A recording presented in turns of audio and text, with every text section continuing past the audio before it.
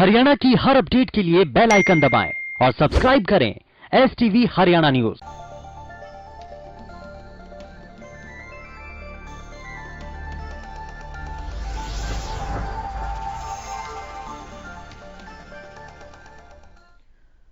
नमस्कार, हल्का हलचल देख रहे हैं आप सभी। आपके साथ मैं हूं अनामिका अजय मिश्रा। शुरुआत करेंगे किसानों के विरोध की खबर के साथ। दिल्ली अमृतसर नेशनल हाईवे को जाम कर दिया है कृषि कानूनों के विरोध में किसानों ने। तस्वीरें तब की दिखा रहे हैं। दिल्ली अमृतसर रेलवे ट्रैक पर भी किसानों ने डेरा डाल दिया। किसानों ने रेलवे ट्रैक पर डेरा डालकर कृषि कानूनों का विरोध जताया। कहा कि जब तक कृषि कानून वापस नहीं ले लिए जाते तब तक धरने प्रदर्शन करते रहेंगे, जारी रखेंगे। किसानों के प्रदर्शन के चलते जाम की स्थिति वहां पर बन गई। आप संख्या इन तस्वीरों में देखिए, बहुतायत में किसान इकट्ठा हुए वहां पर, जिसके चलते हाईवे पर वाहनों की लंबी कतार भी लगी। प्रदर्शन कर रहे किसानों ने कहा कि किसान अपने हक के लिए लड़ना जानता है। ਜਿਹੜੇ ਮੋਦੀ ਸਰਕਾਰ ਨੇ 3 ਐਡੀਨੈਂਸ ਪਾਸ ਕੀਤੇ ਆ ਉਹਨਾਂ ਕਰਕੇ ਜਿਹੜਾ ਮੋਰਚਾ ਲਾਇਆ ਗਿਆ ਤੇ ਜਦੋਂ ਸਾਡੇ ਹੱਕ ਹੀ ਖੋਏ ਜਾ ਰਹੇ ਆ, ਸਾਡੀ ਜ਼ਮੀਨ ਹੀ ਖੋਈ ਜਾ ਰਹੀ ਆ, ਸਾਡਾ ਰੁਜ਼ਗਾਰ ਹੀ ਖੋਇਆ ਜਾ ਰਿਹਾ ਤੇ ਉਹਦੇ ਕਰਕੇ ਸਾਨੂੰ ਮਜਬੂਰ ਨੇ ਰੋਡਾਂ ਤੇ ਆਣਾ ਪੈ ਰਿਹਾ। ਇਸ ਕਰਕੇ ਅਸੀਂ ਮੋਦੀ ਨੂੰ ਕਹਿੰਦੇ ਆ ਵੀ ਜਿਹੜੇ ਕਾਲੇ ਕਾਨੂੰਨ ਆ ਇਹ ਆਪਣੇ ਵਾਪਸ ਲਏ। हाईवे पीछे बहुत जाम है जी, बहुत भारी दिक्कत पड़ रही है जी, वहाँ से पैदल आना पड़ रहा है जी। हाँ जी सर बहुत ज़्यादा मुश्किल है जी। बच्चे का साथ है सर, 2-3 किलोमीटर दूर पैदल चले आ रहे हैं जी। वहाँ जी बहुत परेशान हो गया है, ठंडे जाना है, बहुत परेशानी जाएगा। की कारण है परेशानी का? कारण है जी गड्डियां बंद है ने, बसा बहुत परेशान की बैठिया ने। पीछे हाईवे जाम किया हुआ, हाईवे जाम किते बैठे ने सारा।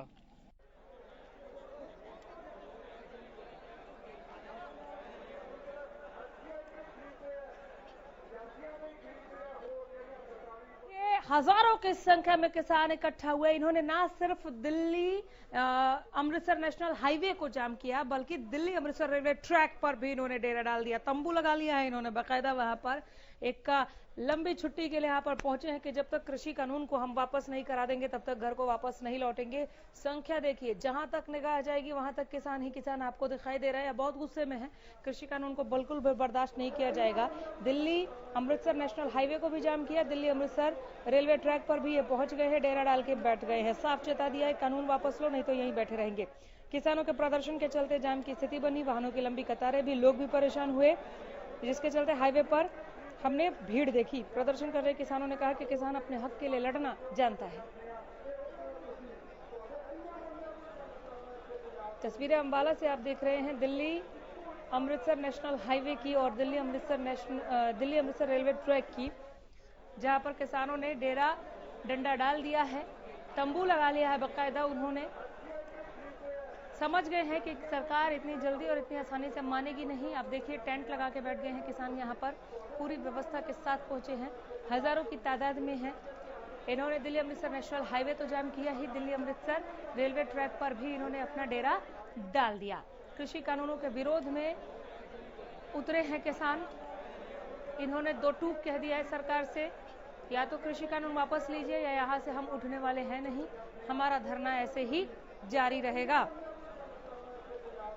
किसानों के इस धरने प्रदर्शन की वजह से दोनों ही जगहों पर जाम की स्थिति बनी। हाईवे पर वाहनों की लंबी कतारें लग गई। प्रदर्शन कर रहे किसानों ने कहा कि किसान अपने हक के लिए लड़ना जानता है।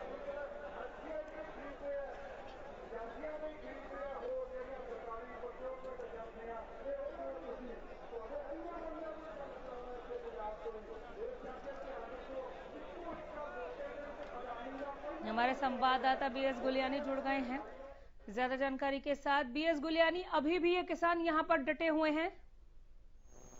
जी बिल्कुल बिल्कुल, किसान कल से जो है पूरी बड़ी तादाद में जो किसान है वो हरियाणा पंजाब बॉर्डर पे डटे हुए हैं। शंभू बैरियर पड़ता है जहाँ पे, तो इनमें जो किसान संगठन है वो भी बड़ी तादाद में यहाँ पे मौजूद है। और इसके अलावा श्रोमणी अकाली दल अमृतसर, उसके भी जो युवा कार्यकर्ता हैं वो भी बड़ी तादाद में यहाँ पे डटे हुए हैं। और उनकी एक ही मांग है कि ये जो केंद्र सरकार ने 3 बिल बनाए हैं, बिल पास किए हैं, कानून बनाए हैं, इनको तुरंत वापस लिया जाए, अदरवाइज वो इसी प्रकार धरना प्रदर्शन पे डटे रहेंगे। कितनी संख्या में तकरीबन ये किसान यहाँ पर मौजूद हैं? आप इसमें आयु वर्ग किस हिसाब से देख रहे हैं? मैंने देखा कि टेंट लगाया हुआ बाकायदा किसानों ने, तैयारी पूरी है इनकी यहाँ पर ठहरने की। कहीं ना कहीं ये समझ रहे हैं, जान रहे हैं कि सरकार इतनी आसानी से मानेगी नहीं।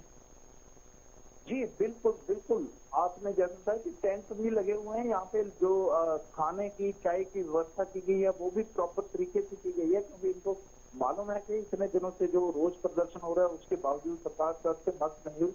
इसलिए यहाँ जो हजारों की तादाद में किसान है वो पहुंचे हुए हैं और यहाँ पे प्रॉपर हर तरीके से बंदोबस्त किए गए हैं। बाकायदा जो एक खाने की व्यवस्था होती है खासकर उसकी तरफ पूरा ध्यान दिया गया है। पानी की व्यवस्था है किसानों के पास। इसके अलावा चाय के लिए भी जो आसपास के गुरुद्वारा की जो सोसाइटी है वो सेवा कर रही है। तो एक तरह से देखा जाए तो पूरी तैयारी के साथ जो किसान है धरने पर बैठे हैं और किसी भी सूरत में वो पीछे हटने को तैयार नहीं। आयु वर्ग को के बारे में भी बताया। मैं देख रही हूँ कि हजारों की संख्या में ये किसान यहाँ पर हैं। तकरीबन अगर अनुमान लगाए कितने होंगे ये किसान यहाँ पर, खुद भी बता रहे होंगे कि कितनी की संख्या में यहाँ पर पहुंचे हैं। मेरी तो जहां तक निगाह जा रही है किसान ही किसान नजर आ रहे हैं यहाँ पर गुलियानी। साथ में इसके अलावा ये भी बताए कि युवा किसान हैं, वयस्क हैं या बच्चे भी यहाँ पर पहुंचे हैं? क्या महिला किसान भी आई हैं? जी बिल्कुल, यहाँ पे युवा किसानों की जो तादाद है वो बहुत ज्यादा है, क्योंकि जो पंजाब के पंजाबी गायक हैं, कलाकार हैं, वो खुद इस धरने प्रदर्शन में जो है लीड कर रहे हैं। तो इस वजह से जो युवाओं की तादाद है बहुत ज्यादा है। कभी इससे पहले कभी भी किसी किसान आंदोलन में इस तरह की युवाओं की तादाद नहीं देखी गई। तो इसके अलावा जो किसान संगठन है वो भी एकजुट हो चुके हैं। यही कारण है कि यहाँ बड़ी तादाद में, हजारों की तादाद में कहा जा सकता है कि यहाँ पे जो किसान है वो मौजूद हैं। इवन के पंजाबी गायक कलाकार स्वयं जहाँ बैठकर धरना प्रदर्शन कर रहे हैं और किसी भी तरह से वो पीछे हटने को तैयार नहीं है। उनका यही कहना है कि पहले हमारी किसानी है उसके बाद गायकी है। तो इसी वजह से यहाँ किसान है हजारों की तादाद में पहुंचे। बीते कल से इनका ये धरना प्रदर्शन शुरू है। लोग खासे परेशान हुए, जाम की स्थिति भी यहाँ पर पनपी। प्रशासन या सरकार की तरफ से इनके बीच कोई पहुंचता है कि नहीं, ये जानने के लिए लौटूंगी। ऐसे ही अपनी पैनी निगाह बनाए रखिए गुलियानी। फिलहाल बहुत शुक्रिया।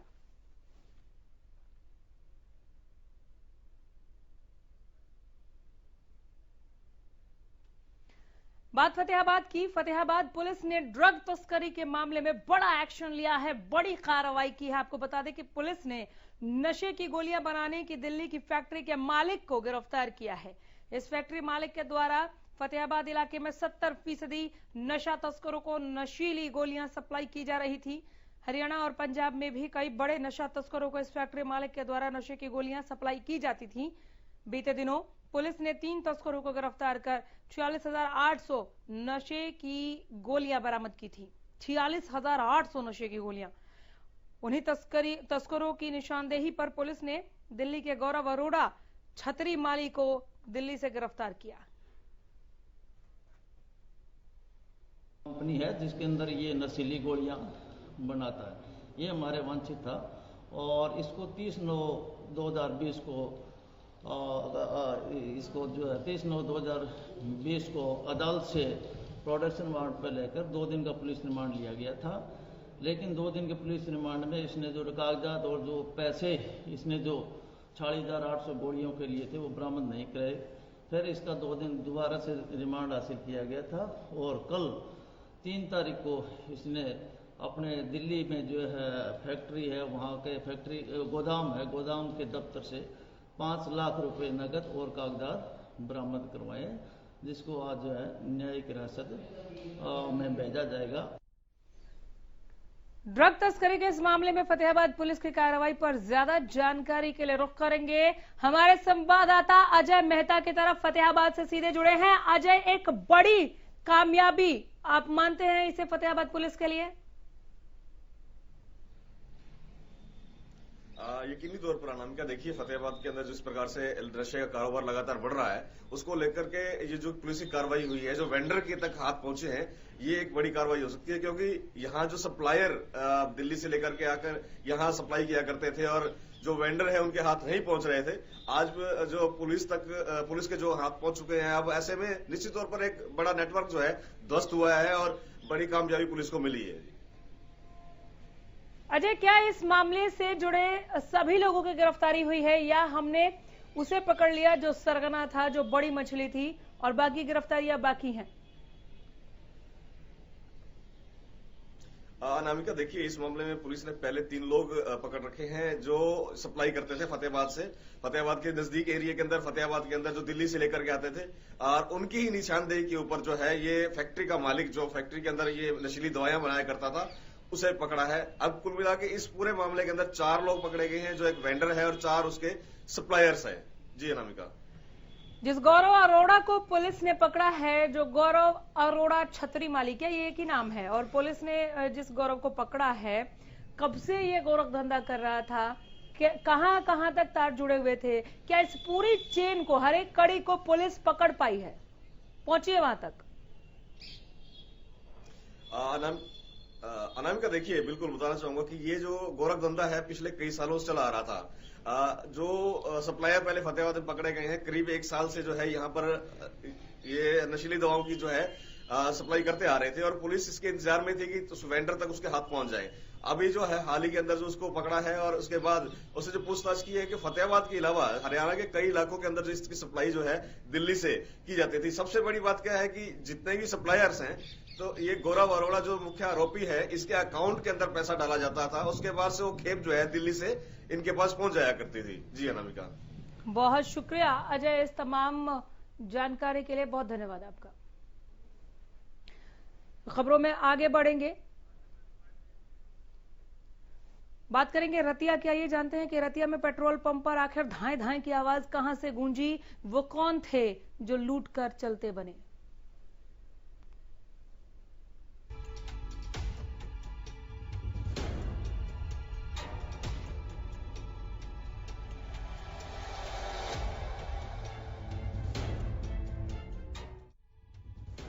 प्रदेश में क्राइम का ग्राफ लगातार बढ़ता जा रहा है।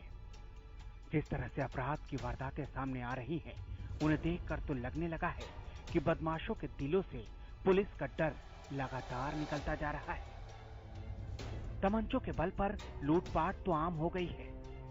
इन बदमाशों के लिए तो कानून व्यवस्था मानो पूरी तरह से ध्वस्त हो चुकी है।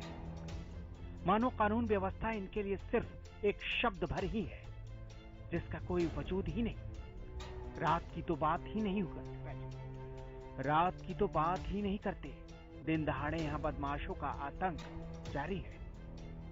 एक तस्वीर आपके सामने है, सीसीटीवी की तस्वीर है, जो रतिया के एक पेट्रोल पंप से आई है। पेट्रोल पंप का नजारा है, सब कुछ शांत ही चल रहा होता है। तभी 2 बाइक सवार आते हैं। दिखने में तो लग रहा है कि पेट्रोल डलवाने आए हैं, लेकिन इनकी नीयत में तो कुछ और ही है। पेट्रोल पंप कर्मी किसी अनहोनी से अनजान मशीन के पास आता है। तभी बाइक पर पीछे बैठे शख्स तमंचा निकाल लेता है और पेट्रोल पंप कर्मी पर तान देता है। फिर बाइक पर पीछे बैठा बदमाश बाइक से उतरता है और तमंचा ताने पेट्रोल पंप कर्मी के पास आता है। बदमाश कर्मी से कुछ कहता है और फिर उसके बाद उसका गिरबान पकड़कर खींचता है और उसे ऑफिस की तरफ ले जाता है। उसके कुछ समय बाद वो वापस आता है और दोनों बदमाश बाइक पर सवार होकर चले जाते हैं।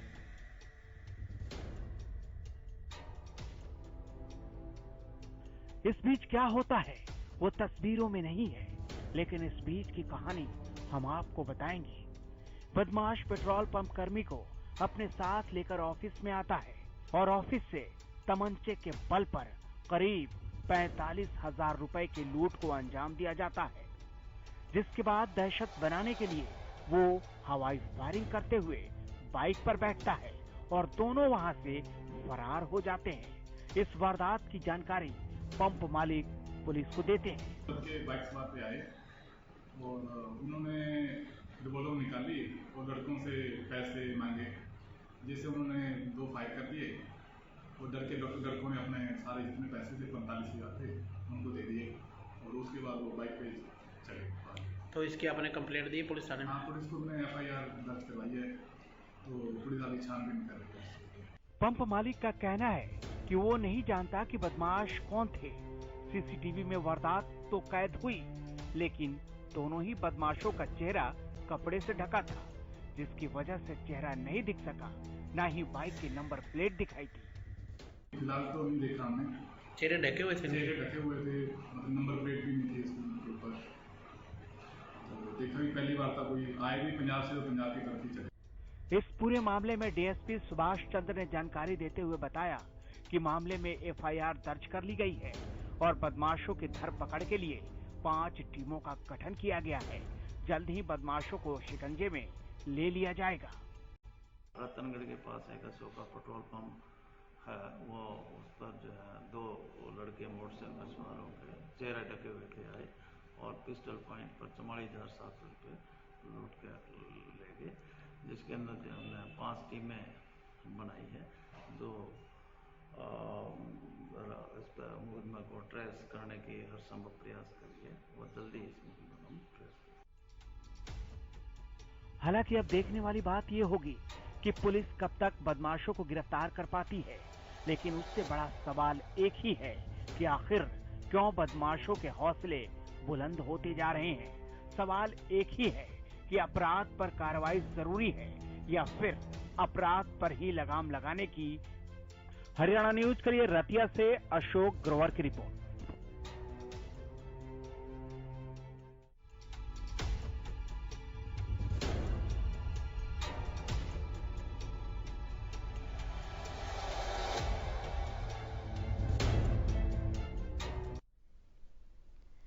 हमारे संवाददाता अशोक ग्रोवर की रिपोर्ट अभी आप देख रहे थे। हमारे साथ सीधे जुड़े हैं इस वक्त ज्यादा जानकारी लिए हुए अशोक। पेट्रोल पंप पर धाए धाए क्या हो रहा है ये रतिया में?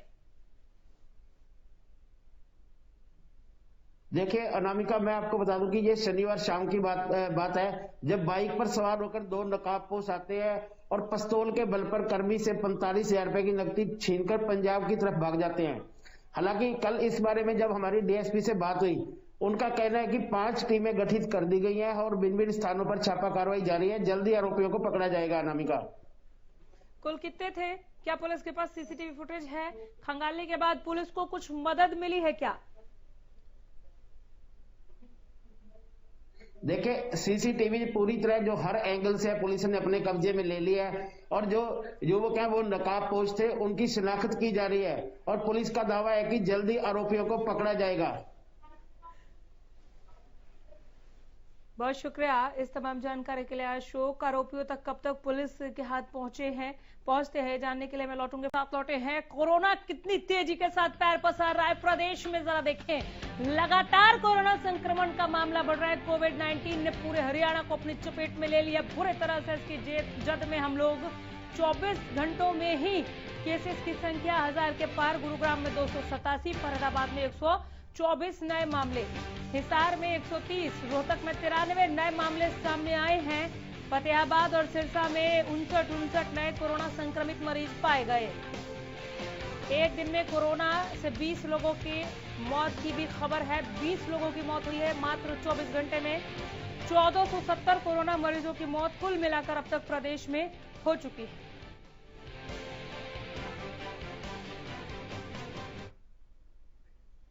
आइए हिसार का हाल जानते हैं हमारे संवाददाता अनूप कुंडू से। वहां पर कोरोना को लेकर क्या अपडेट है? अनूप, हिसार में कोरोना अपडेट बताएं।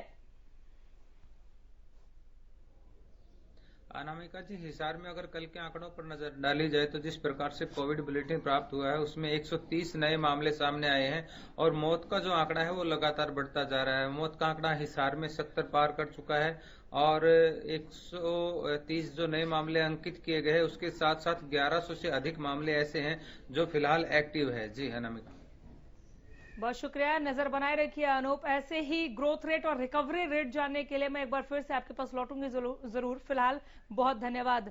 हमारे संवाददाता अनूप कुंडू से आप हिसार का कोरोना अपडेट जान रहे थे और इसी के साथ फिलहाल के लिए इस बुलेटिन में इतना ही। नमस्कार।